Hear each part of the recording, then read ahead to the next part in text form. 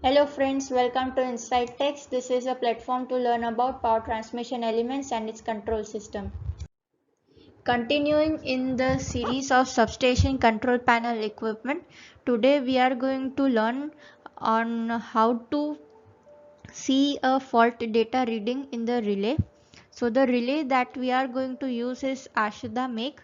Model is ADR245B relay.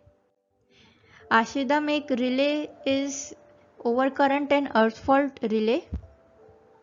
This kind of relay is used in all the panels in the control room. Whichever equipment we are protecting, either it can be a transformer or line, but we always require overcurrent and earth fault relay in the panel equipment.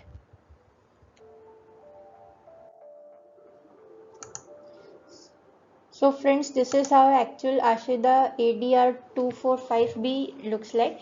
On the screen you can see different options. Measurement 1. Let us see what is inside measurement 1. So when you click a right arrow, you will see different magnitudes of ampere. Okay, and these are the current measurements of the relay. When you move down, so we move down to see the latest fault data. If we want to find the latest fault data, we have to search for record 1. So let us move further down and you can see record 1, 2 and 3 so on. So the first record being the latest record. Now let us click the right arrow to enter inside record 1. You can see date and time of the tripping, and further if you click right arrow, you will see the phase in which the tripping has occurred. Then you can see the primary current, that these are the fault amperes, right? So this is how you can fetch the data. So your required data in fault current for being an operator of a substation is the date, on which date the fault has occurred. Then next is you will record time, ampere, fault amperes in all three phases R, Y, B, and in neutral phase.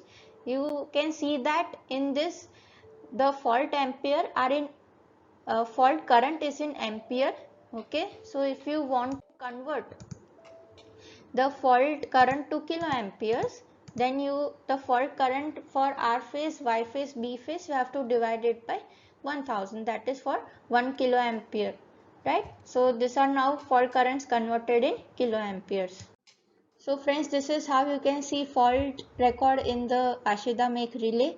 If you have any queries, you can ask in the comments below, and we will soon make more this kind of videos for different relays.